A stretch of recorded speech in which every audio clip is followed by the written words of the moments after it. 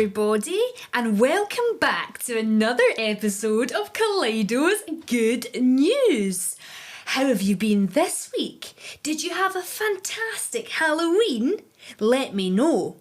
Well, this week we've had some amazing news stories, and we're starting off with an amazing story about a 10-year-old girl called Poppy who has dyslexia.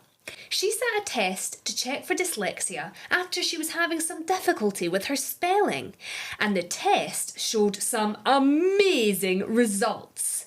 The test showed that not only did Poppy have dyslexia, but that her brain solved problems in a really remarkable way.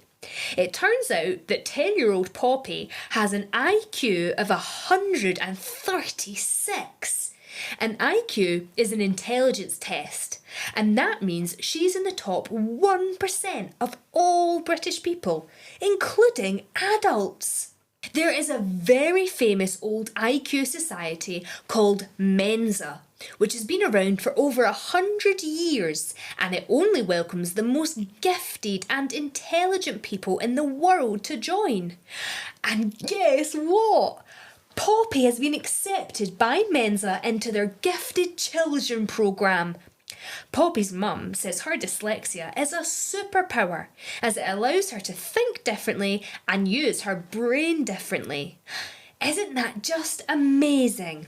And it just shows you that just because you have dyslexia or ADHD or autism, it doesn't mean you can't be one of the smartest children in the world.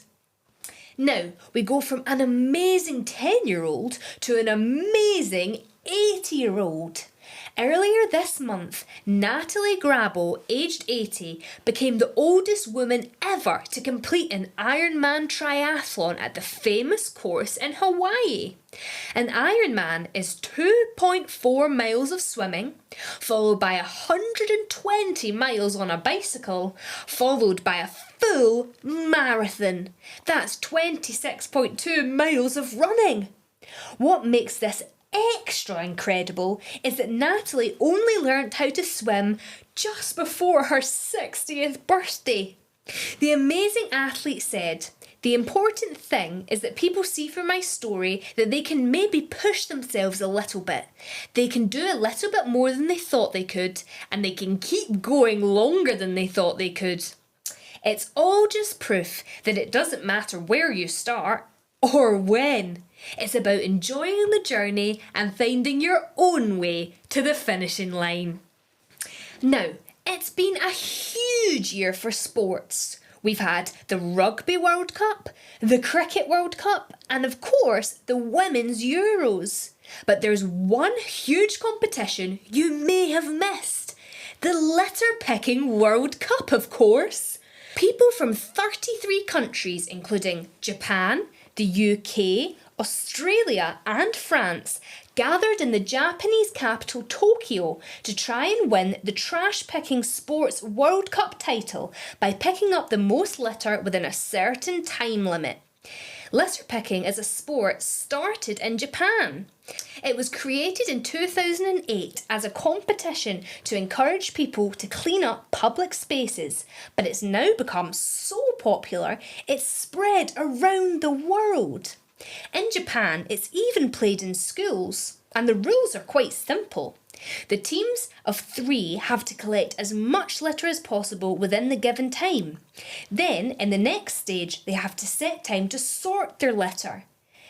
They have 45 minutes to collect trash, plus 20 minutes to sort it. Maybe you should suggest this new sport to your school. Do you think your team would win?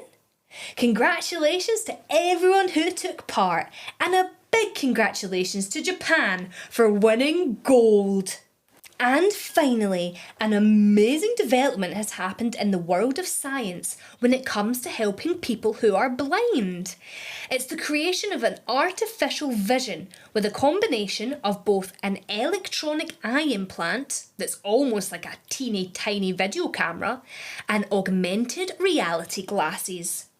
Some of the people who were treated went into the surgery unable to see the chart in front of them and came out of the surgery being able to read 5 lines on the vision chart. In fact, 84% of the participants were able to read letters, numbers, and words using the artificial vision, even though they used to be able to see nothing. Isn't that just fantastic news? And this is only the beginning. The technology will just keep getting better and better. Well done to the whole team behind this amazing idea. Well, that's all from me this week, folks. I hope you've enjoyed this week's news, and I look forward to seeing you next week for some more good news. Bye!